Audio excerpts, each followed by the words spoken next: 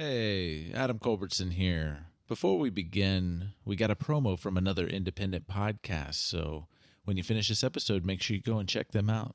Oh, there, sailor. Yes, I'm talking to you. Do you yearn for high seas adventure and piratical mayhem at the roll of a D20? Yes, I'll just toss you your shirt. Very sassy. No, I drink beer and I fart in my sleep. Now that I got your attention with sex, here Welcome to my pub, the Wizard's Sleeve. It's still a cow that I'm gonna get in a bag. Do you know how big a cow is? Don't put gold in your ass. That's not the catchphrase we were looking for. It is one that we often use at this group, Enough though. about where you keep your secret stuff. It's not in my anus. Stop it. Then sign your name in blood. Join the rovers on your crew on their adventures every Wednesday, wherever you find podcasts. Steal your mind for eldritch horrors of the universe unknown. For what is to follow is a tale of intrigue, mystery, and madness. You're listening to Microphones and Monsters.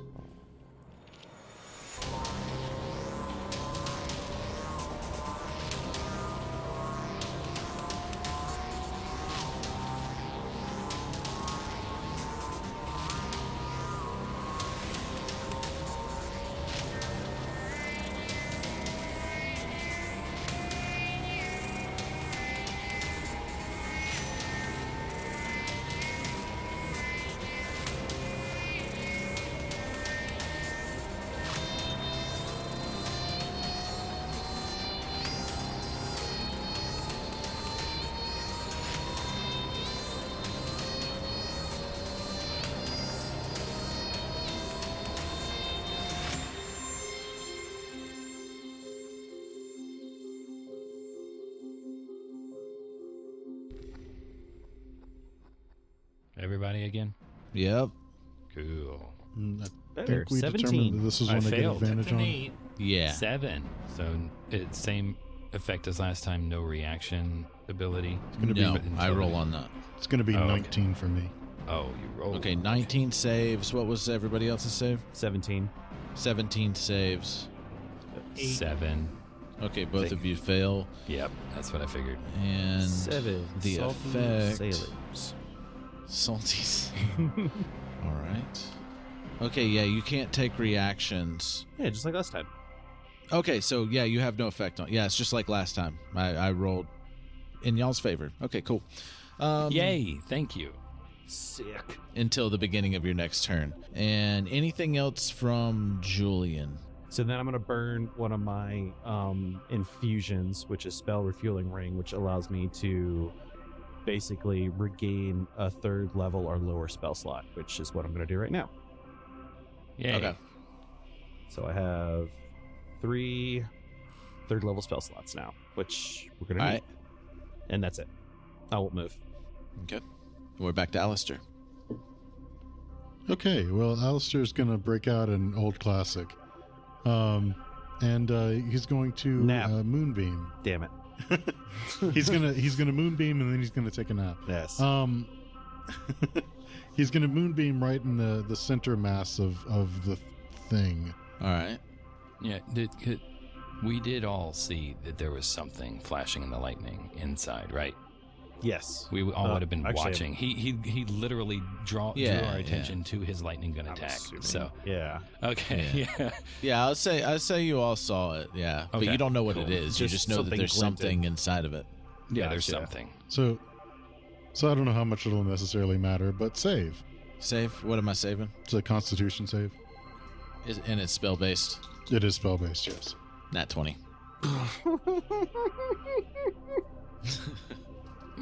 Oh, Adam, you have my die. I think I figured out. Yeah. Yeah, that's what it is. That was my nat 20.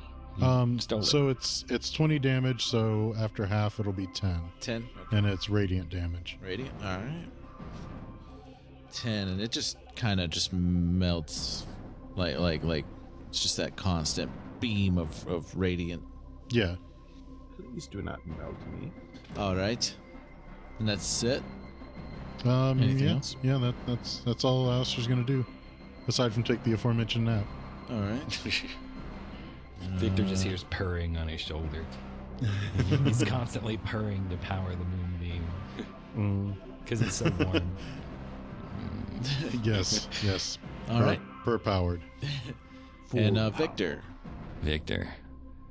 Question: if the wraps penetrate the moonbeam, does Victor take damage? Probably not. If the wraps take damage, does The Victor rats take damage? The wraps even have their own temp HP basically. Well, the temp HP is gone. Yeah. But the wraps are a part of you in a way. Because Aleister can't control what takes damage if it enters. Nope. Okay. So yeah, I that's just up to didn't you. know how it would work because lots of things have not damaged the wraps when they would have damaged Victor. So that's why I asked. Mm-hmm. I guess if you're okay, I'll say this: if you do it, because it's not taken up like the whole thing isn't inside of the beam. I don't know. Is it bigger than 20 feet across? Oh, it's 20 feet across. Oh yeah, no, it's 15. Like it's 15 square feet. The moonbeam is a 10-foot radius. Okay, so it's a 15 square foot the moonbeam radius.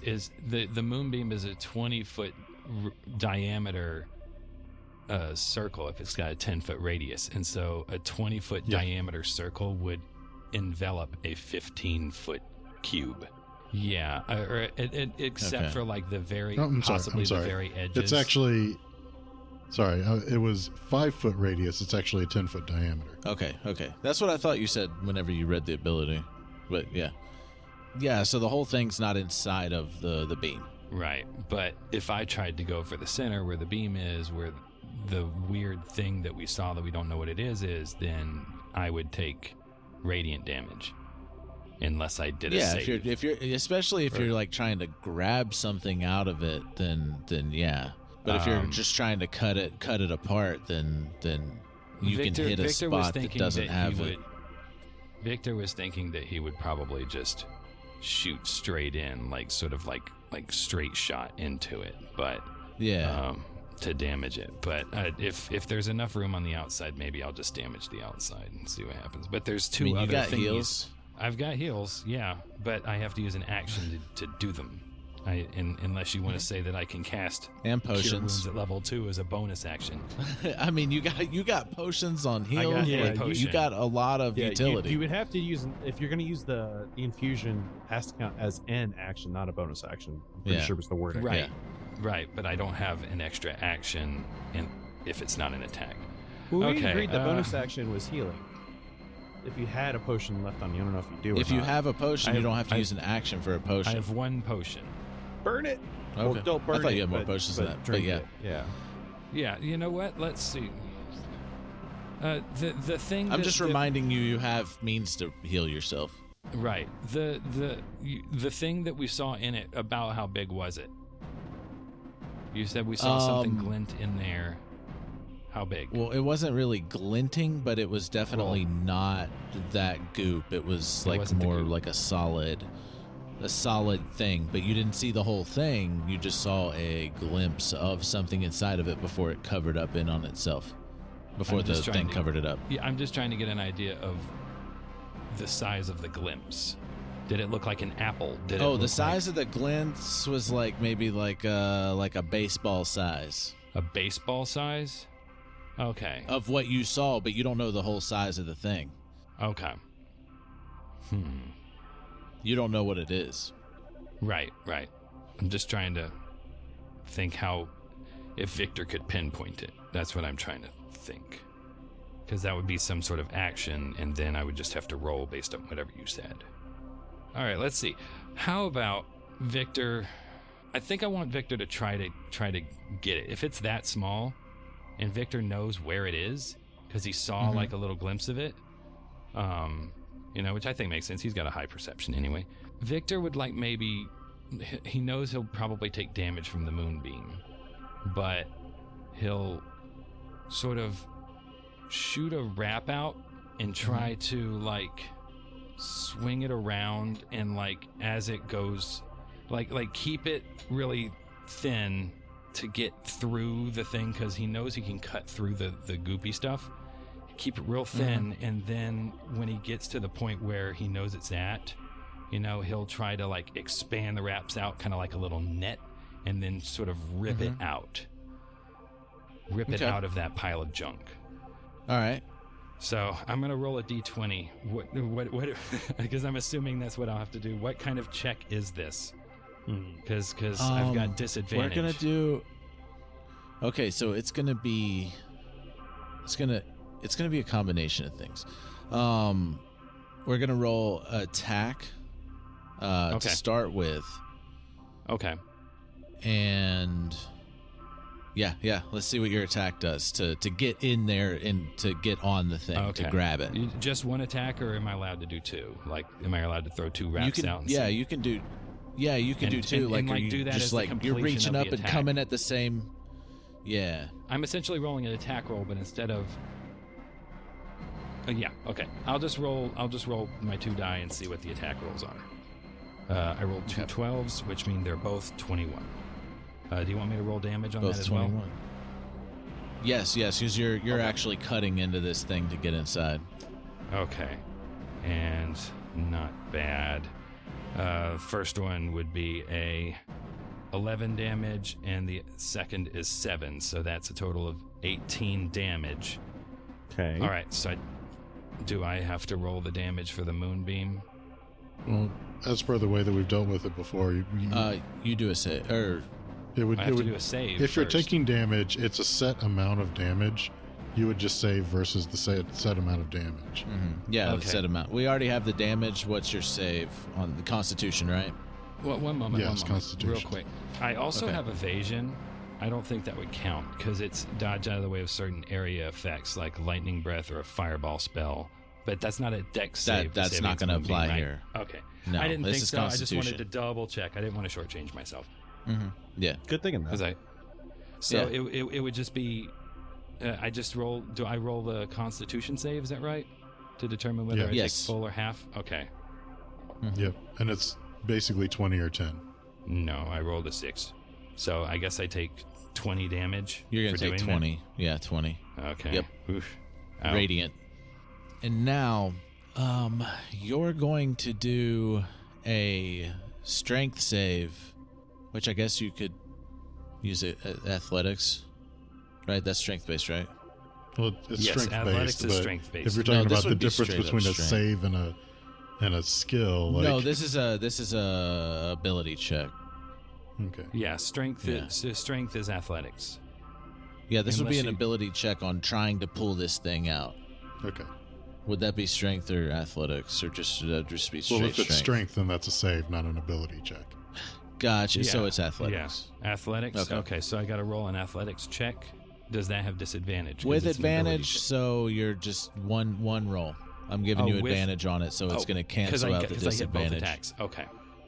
Yeah. All right. Ooh. Come on, Victor, you can do it. I believe. All right. And actually, I think Gabby sees it, so she's like, Victor, you can do it. Oh, does that do anything? I didn't hear what you said. So no. Victor, you can do it. Yeah, Gabby literally just Are you called giving me a Victor, thumbs up? You can do it. Yeah, she gave me a thumbs up. Does that have the same effect it did last time? I don't remember what the effect was. Also, I might... That I have to do with an action, unfortunately. It's not an empowering thing. Yeah. There's mostly no explosions. I rolled a 12. So I got a 12 on that check. You got any more of them flash geniuses? I have one left. I'm trying to get the thing. It's up to you. I don't know if a 12 will do it. I'm burning it. It's the last one, plus 5. 17. All right, so with the 17, you feel it moving, like you do have like a good grip on it, and you're pulling it, and you're able to like stick your feet down, and you're leaning back with it, trying to pull, and you're only able to get it just to the edge, and it's sticking out just enough, that you all see that this is the third piece of the third fragment of the tablet. But you're struggling to get it out, and now you are stuck in that grapple, basically. Okay. Pulling this thing, but it's partially sticking out, and you have to hold it to maintain it there, and it's trying to pull it back in on itself. So I'm holding a grapple now. Got it. Yeah. Okay. Cool. So Victor reached in. You know, he cut through the thing. He essentially netted out the wraps after he got in there on the back end of that tablet piece. Before he knew what it was, and he started pulling it out, and he gets it right to the edge. He can see it, and so Victor's going to see what it is and know that he has to keep holding with those wraps, and he's going to yell out, "Julian, I've got the last piece of the tablet." Oh, the tablet. Is it? It's. I see it. It was shining before, but I see it now. Can you just pull it out? I'm doing the best I can. I'm holding it where it is. I'm out of the moonbeam, though. It is. And it is Gabby's turn. Yeah, you're not in the moonbeam. Did any of that count? I guess I can't use a bonus action to drink a potion right now, can I? I wouldn't. Okay. Can I have like the wraps like for a second I transition the wraps over to like one arm and I like reach back real quick and I drink my potion, or just like have the wraps how about like the arm back and the wraps like ravel back up on both arms, or that would actually be really cool. Or no, you could have the wraps like unravel off of your human face. There we go. The wraps unravel to reveal my crypt folk face. Go back behind my head into my backpack. grab the grab my last healing potion that I have on hand, and then like pour it in my mouth while I'm just holding on with my arms. That's a lot of multitasking. I'm impressed. I like it. Victor's see, but now you've got me the thinking. Wraps, and stuff. So see, now you got me thinking. 2. Maybe in this tug of war, you can like turn your wraps into a fishing pole and just reel it in. Sega Bash fishing style. So that's 7 HP back, so I'm up to 37, which is what I turned 2 days ago. It's respectable. Oh, that is respectable. All right, now it's Gabby's turn. Voluntarily going into a moonbeam. Trying to think. Hey man, you survived. How far away? Far away did Victor move away from our original spot again? What's your half your movement speed? Oh, half my movement speed. Oh goodness, hold on. I moved 30 feet. 30? Yeah, my movement speed's 60. So yeah, half my movement speed is 30. So he's 30 feet away from the original spot. How far did you move away to the other? I think. It would be half your I have some creative stuff here because I think I know what I'm gonna do. Okay, yeah, go for it. Gabby moves. I guess it would be 10 feet over to her Zord and climbs on. Has it move its 15 feet towards Victor, which would put it 20 feet, hop the other 10 feet, and I'm going to use the help action. I want to do the help, have her grab it, kind of just hops off and grabs onto Victor to kind of help for the next time he tries to tug it out. Okay. All right. I hate to say this, but are you proficient in strength or in athletics? Because I think our house rules say you have to be proficient in the skill you're helping in. So you might want to not do that if you're not proficient. I only mention it because I know you don't know the house rules as well as we do. Oh, sure, yeah. And by that I mean I have them posted every time so I can check them. Okay. I've got it up on like one of my computer monitors that's off with a sticky note holding the sheet of paper up because I'm that low tech. Now you may not be able to assist in athletics, but you may be able to assist in another way that would also help. Yeah. But not necessarily pulling. Okay. But get creative. Get creative. Help. This is Push important. to the limit. Oh, wait. There's actually something I could try doing. If I'm moving there, now they can see where it is. I could try... Actually, how far away is the creature? Because there was something I was thinking about doing that's insane, but might help jostle it. What are you trying to do? And Because distance. I was I don't want people to do that. I don't have 2 bonus action. I think she would move closer, so where she can see what's holding it, still holding on, and she's gonna fire on that then. To try. Well, to you can't move closer to the nucleus. Oh no! I mean, she moved over by Victor so she could have a clear view. A clear view, yeah. Yeah, okay. and be shooting it dead on. Okay. Trying to so weaken the hold on it. Yeah. Yeah. Okay, that first one's really good. That's a 23 for the first one. That hits. And these are what are you attacking with? Your crossbow? The heavy crossbow. Okay. Second one is a 11. That misses. That's 9 piercing damage. Okay.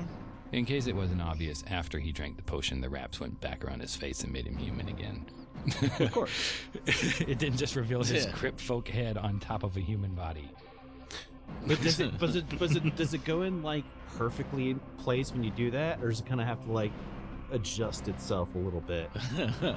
I think it just sort of smushes all back, and then like it wraps back around, and then it just sort of melds back into the human face, similar to Victor's natural ability, but like a super enhanced version of it. Like the wraps learned Victor's ability and can perform it at will, more or less.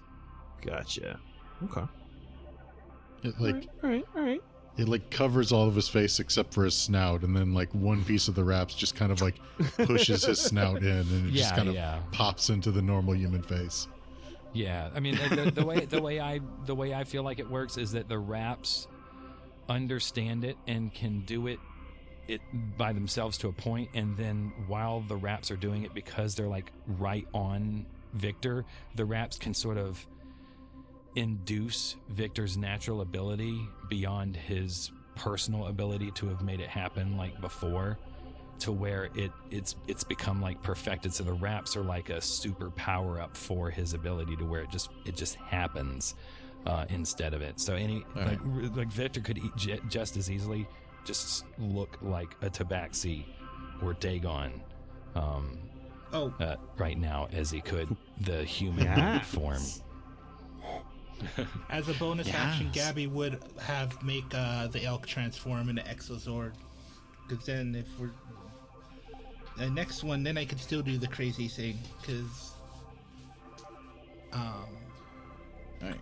So cool. you strike it, and a chunk of it does fall off. So it exposes the tablet a little bit more. Victor's still struggling to pull on it. Thing forms into another one of those filths, and it possesses these tube-like stalks, and it starts spewing a 30-foot cone of acid in Aleister, Victor, and Gabby and Zord's direction. Ew. And I need a dexterity saving throw. Okay. Now I have the evasion. So, do me dexterity saving throw. Oh, Zord. I got 20 on my dexterity saving throw.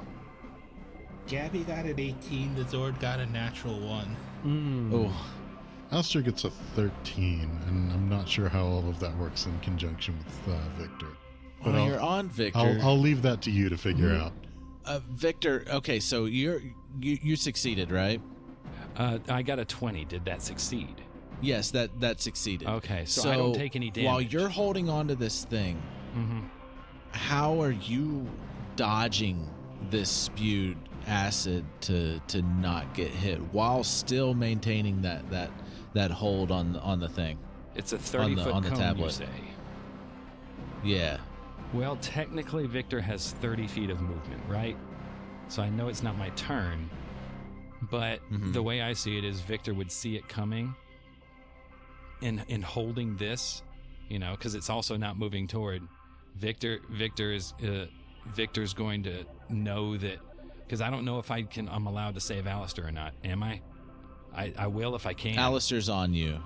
Aleister's on you. Okay. So Victor's gonna Victor's gonna see this because obviously it's gonna take a little bit of time for this to happen, for this cone to spray out, you know. And Victor's gonna be like, Aleister, hold on. And like the wraps are gonna like come up like off Victor's shoulder and just sort of get Aleister in place. like just wraps are gonna come up on either side of Aleister, like and cocoon him. And then Victor's going to like just sort of start running off to the right, I guess. Whichever way is further away from more extra filth things. Victor's going to run that direction. 30 feet. You know, like, and they just sort of like holding on, like like in real life, I'm holding my arms out with my hands together because Victor's pulling, and he's essentially running and like just pulling this in like he's swinging himself like a pendulum, using like the momentum to go a little bit faster to get out of the way of that cone. So I don't know if he needs to move 30 full feet. I think he probably only would need to move about 15 feet to get out of that cone area, and he's saved Aleister on his shoulder with the wraps. Sorry, Gabby, you're too big. You turned Aleister into a caterpillar. Yeah. All right. So Aleister is saved. Victor is saved. Gabby, how are you dodging out of the way? You just diving or hiding behind the Zord? I think it's like kind of like the Zord she kind of dives to the side and the Zord moves in front of her. Since you know it's going to be taking a lot more damage. Yeah. Yeah, that makes sense with the way the rolls happen.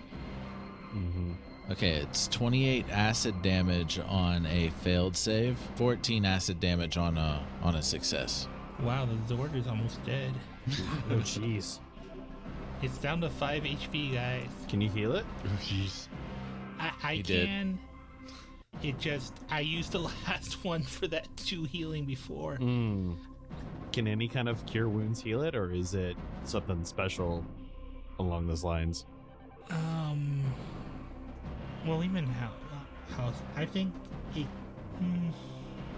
doesn't say that it can't be cured by other means, so I think it can be healed. I'm home ruling. I'm rolling that on my game.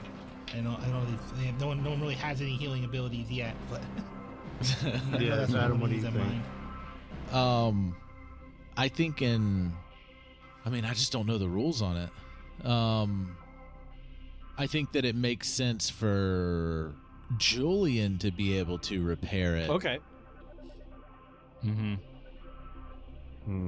But like, What about Julian's magic?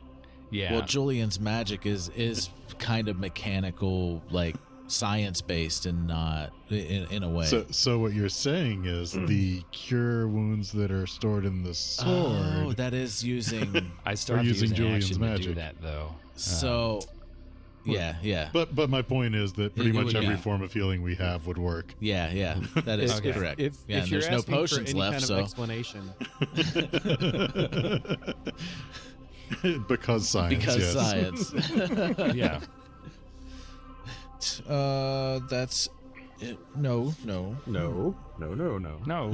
Yeah, no. that's it. No. Now perish. Also, in its turn, there's more radiant damage. Oh yeah, how much? Oh, 10. Yeah. And that's it. That's it. That's all that happens. No, that was just from the breaking off of the thing that caused the spewing. All right, so it is creating more of those nerve lashes. There's 4 of them that pops out of the ground this time, or pops out of the pool this time. And they're coming for all 4 of you living creatures. Okay.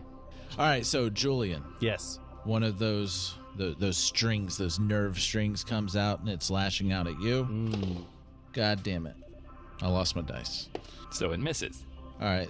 That is a 28. Oh. You lost the wrong one. And give me a strength saving throw. Okay, well, it hits. Strength saving throw 17. Okay. Okay, you're going to take 13 piercing damage and 10 slashing damage. Okay. They said 31 there for a second. I was like, ow. And you are tethered. That was 23 in total? Yes, 23. Okay. So tethered means he can't move. Is that right? Is that like grappled? It's not grappled. He's tethered. He can still do stuff. Okay. So you can still do stuff when grappled too. Yeah, you can still do stuff when grappled too. Yeah. But it's not so much like so it wraps around him and then it just like kind of like absorbs into the mech in him and it's just got this tether attached to him now with that nerve. Gross. All right. So next up, Gabby. The nerve. That's a 20. Okay, it's been more than one turn, so I can use my reaction again, right? Yes. All right. You can use a reaction.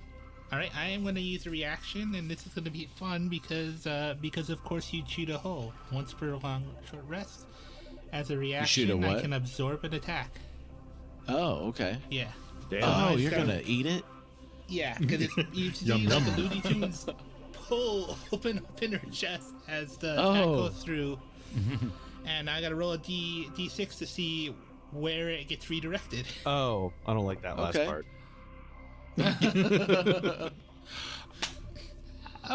So we're gonna like this. I roll a d6 on it. I rolled a 5. On a 6 to 5, the attack is redirected to an enemy of the DM's choice. Oh, I'm gonna say you redirect it back on itself. Back on the nucleus? Yeah. So the nucleus takes how much damage? I doubt the nucleus would tether itself, but he doesn't know it's tethering itself. Oh man, the physics headache that's gonna cause. All right, so 23. Like it reaches out to like grab it and it realizes grabbing itself, and it's like, what? Oh. This is weird. Now I see why I don't like this. Yeah, so it's redirected back on itself, like it goes in the hole and then it shoots out, or what happens? It kind of like forms like a it's like fun with portals, so it kind of forms a portal in front of. And then it puts a portal next to it, and it just slaps the shit out of it. All right. Damn. Yeah, it totally nails it. And nailed it. Nail. And that nerve just totally just like, okay, so it lets go on the ground and just like it slurps it back into the nucleus, like through your portal hole in your chest. I don't like the phrasing of slurps itself. I'm just gonna put that out there. It slurps itself through your portal hole into its own chest. No, that doesn't sound any better at all. Gabby sees the grimace and like, I don't feel good about this. That's never happened before. I swear it's never happened to me before. I don't like performing under pressure.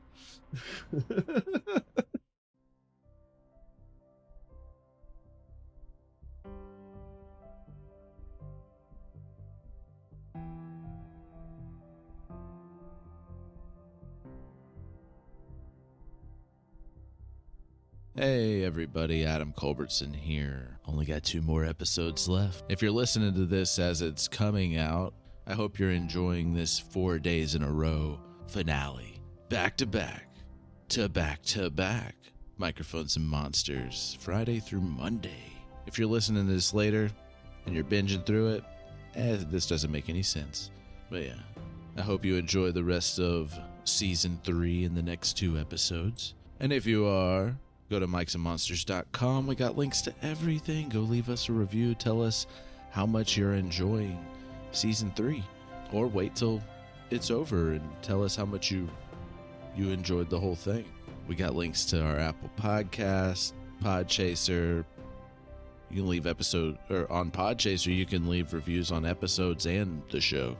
As many as you want on the episodes. Also, going ahead and throwing it out now, if you haven't kept up in Discord or on our social media or anything like that, we're about to release Dread Tech Incorporated. It's a spin-off series that picks up right where Nico's guest arc with Nitz and Blip where that left off. So you definitely want to check that out. It's on a completely different feed, and it's going to be coming out over the course of this year, 2022. So make sure you get that added to your favorite podcatcher. Dread Tech Inc. We had a blast with that show, and it's actually kicking off. Our second actual play is kicking off on our 2-year anniversary. So we got another Microphones and Monsters production for you, and there's a lot more coming. There's a lot of wheels turning, and we're working on a lot of stuff. If you want to help support us, head on over to Patreon. That covers all of our shows. You would get ad-free content for everything.